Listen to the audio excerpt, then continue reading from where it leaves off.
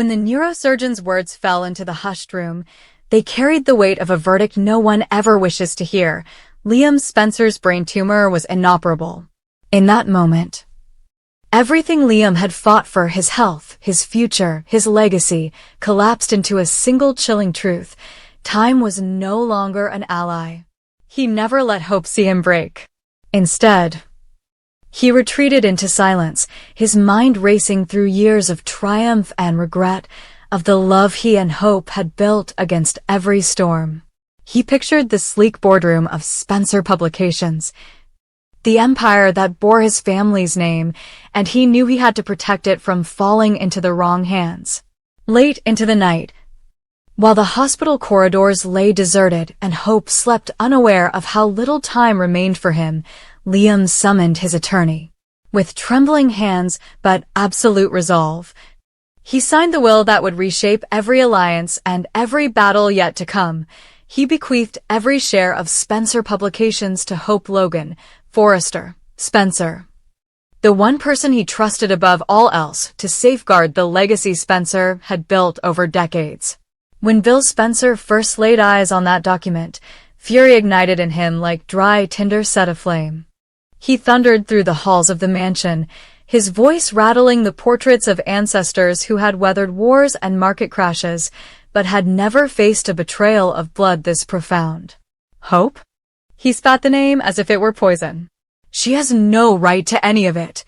In his mind, those shares belonged to Spencer Publications, to Bill's own flesh and blood, to the empire he had poured sweat and steel into forging. All at once, father and son found themselves locked in a clash of titans. A war for the corporate throne that would decide not just company policy, but the very soul of their family. Bill unleashed every tactic he knew: lawyers in expensive suits, boardroom pressure, threats of hostile takeovers. He demanded that the will be revoked, that Liam be declared incapacitated, that Hope relinquish her claim. Bill believed the man he called his son had made a mistake born of fear and weakness, and he intended to correct it by any means necessary. Caught in the crossfire stood Hope, her heart torn between saving the man she loved and defending the company she had come to cherish as part of her new identity. On one side loomed Liam's plea: stay by his side in his darkest hour. Draw strength from their love. Let his final months be filled with peace rather than boardroom battles. On the other stood Bill's ultimatum: hand over the shares or face the full force of his wrath, legal, financial, and personal. The web of deception he wove around her included whispered rumors to the press, fictitious claims that Hope was unfit to lead, and insinuations that she would let Liam's illness cloud her judgment. As the chief counsel of Spencer Publications assembled in the company's gleaming conference room, Hope realized that every word she uttered could tip the scales toward corporate ruin or personal salvation. She envisioned Liam, frail but determined, clinging to Hope in his final fight, and Bill, towering and merciless, ready to crush anyone who stood in his path. Each dawn brought fresh betrayals. A letter leaked to the newspapers, casting doubt on the legitimacy of Liam's signature. A board vote called at the last minute, threatening to strip Hope of her seat as co-CEO, a smear campaign painting Hope as a naive pawn in a sick man's deathbed gambit.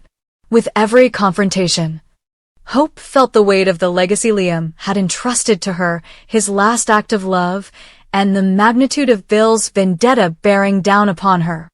The corridors of Spencer Publications became battlegrounds where whispered alliances formed and fractured within hours. Employees who once looked to her for inspiration now questioned whether she could navigate a fight so ruthless. Yet in the quiet moments, when the city lights glittered against her office window, Hope saw Liam's face in her mind and heard his steady voice reminding her why she had to stand her ground. The company's future hinged on her choice. Would she abandon the love of her life to secure the tycoon's empire, or would she risk losing everything, including the only man she had ever truly loved, to honor Liam's final wish? Now, As Hope prepared for the decisive board meeting that would determine her fate and that of Spencer Publications, she understood that no compromise remained. The hourglass had emptied not only for Liam's life but for her decision. Every clause in the will, every share certificate, every lawyer's argument pointed to a single truth.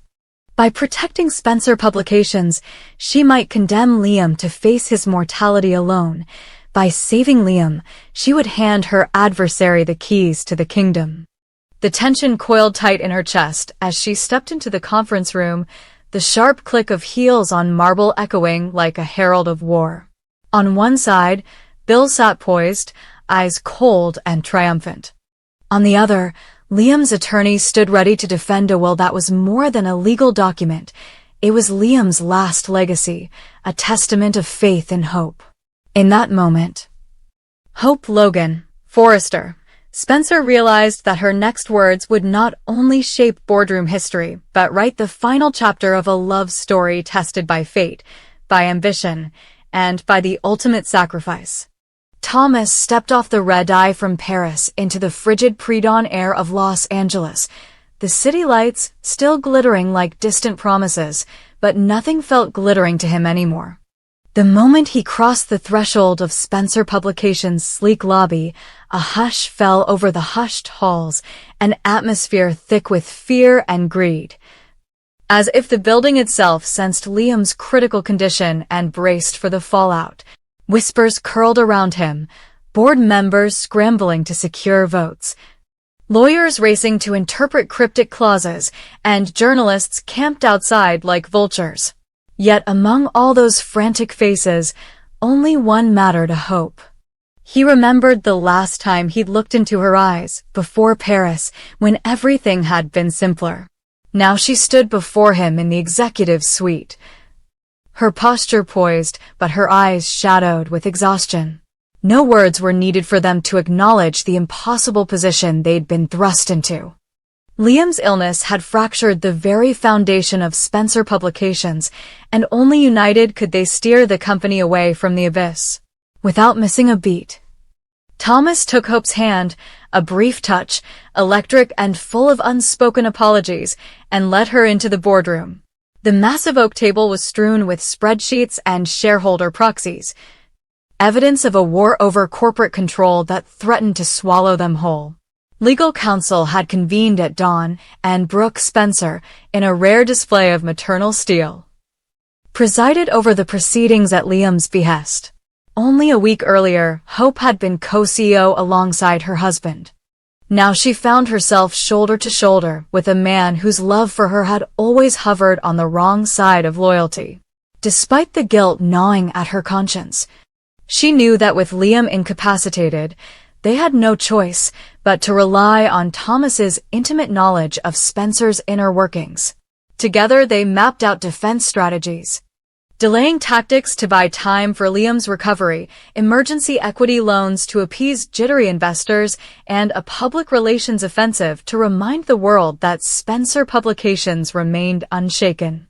Each proposal that passed between them was like a spark reigniting something long buried, something hopeless and risky, but also real.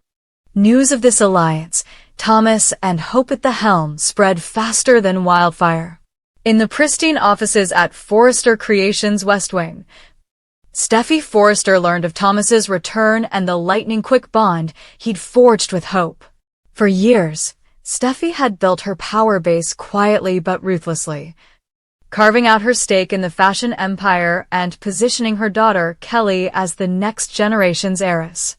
Now her carefully laid plans teetered on the brink. To Steffi, Thomas was not merely a rival in love, but a threat to her very legacy. She rallied her own allies, Caroline and Rich, torn between family loyalty and corporate pragmatism, to strategize how to undercut the Spencer-Forrester alliance. Meanwhile, Brooke, who had sacrificed so much for her family's ascendancy, saw her matriarchal ambitions slipping through her fingertips. She stormed into the Forrester boardroom, condemning Steffi's scheming as reckless and threatening to expose long-buried secrets if they dared interfere with Spencer Publications. Mother and daughter faced off across the polished mahogany table, each refusing to blink. Back in the boardroom at Spencer Publications, Hope fought to steady her voice as she presented the final plan, a joint venture with a European investor to secure short-term liquidity, a public apology tour to shore up brand trust, and, most crucially, a complete freeze on any share transfers until Liam recovered. Every word was a salvo against Bill's attempts to invalidate Liam's will and Brooke's subtle bid to install herself as interim chair. As she spoke, Thomas watched her with a blend of admiration and heartbreak, knowing that this fighting spirit was the very thing that had drawn him to her years ago. And in that quiet realization, Hope saw Thomas not just as a strategic partner, but as someone who understood her in ways Liam, ill as he was, could not.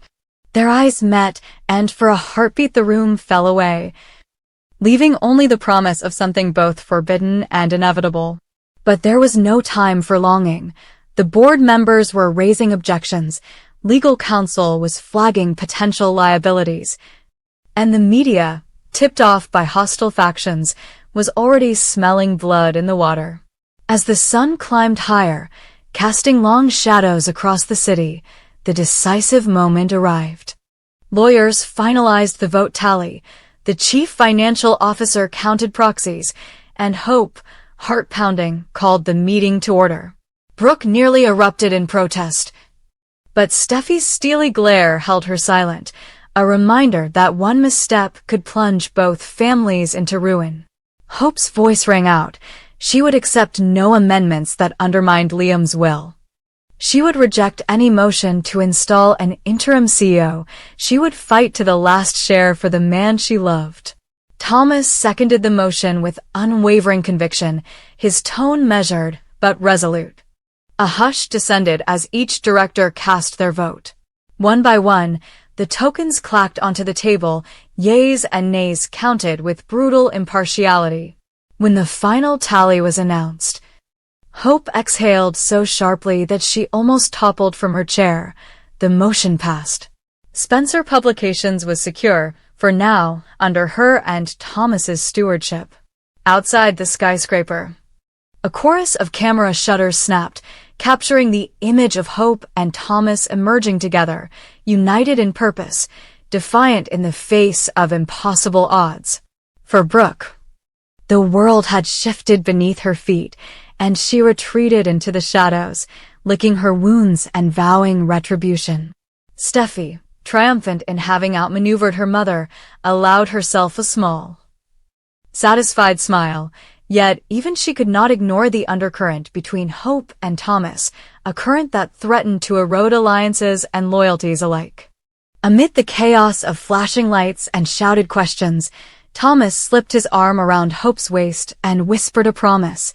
They would win this war for Liam, and then, when the dust settled, they would face whatever consequences their bond demanded.